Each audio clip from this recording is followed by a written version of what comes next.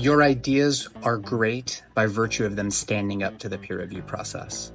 And yes, I realize the peer review process in medical journal publications is fraught with issues, but that's not exactly what I'm talking about. There was a recent episode on the Joe Rogan podcast where Terrence Howard, who's a former actor that has a real interest in physics, he presents some really, really radical ideas. And everybody was circulating this, and he even sent a treatise to Neil deGrasse Tyson, who ripped it up in the peer review process. And Terrence was really upset about that. Well, Terrence came back on the Joe Rogan podcast, and he was accompanied by Eric Weinstein, who is a mathematician. Eric was very generous to Terrence, but he had some insights to share that I think are very relevant for the childbirth education community. You are, in part, freely associated, repeatedly, between things that remind you of other things. Now, you have an incredible storehouse of things between your ears that you know to associate with. This free association process is really the hallmark, at least the foundation of the scientific process.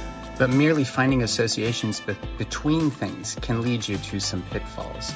And, as I said in a previous video, you can make 100 really, really great points, but if you jump off the deep end, make an association and start to teach that as an authority figure, that's where you end up stepping on landmines.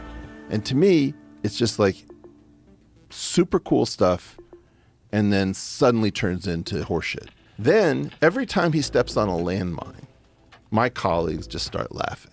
And that makes me crazy. Because they could help him figure out what he is trying to say. We could have a world in which out-of-hospital and in-hospital birth workers, as well as functional practitioners, are all working together to try to solve the problems of our clientele. But instead, both sides use such divisive vitriol that nobody really wants to work with one another. And that's a huge problem. The penalty that you're incurring is when the rest of us work our effing asses off, and you come in and you say, I've developed, imagine if I got on this program and I said, is John Jones out there? He's a huge pussy. He doesn't know how to fight. I have a one-touch technique. And if I lay a pinky on John Jones, you're going to see a quivering little pat of butter. It's not going to go well. Now, what I'm not saying is that medical doctors have learned all of the right stuff. In fact, maybe they've been swinging the bat wrong for all 30 years of their training and experience, but at least they've done some work.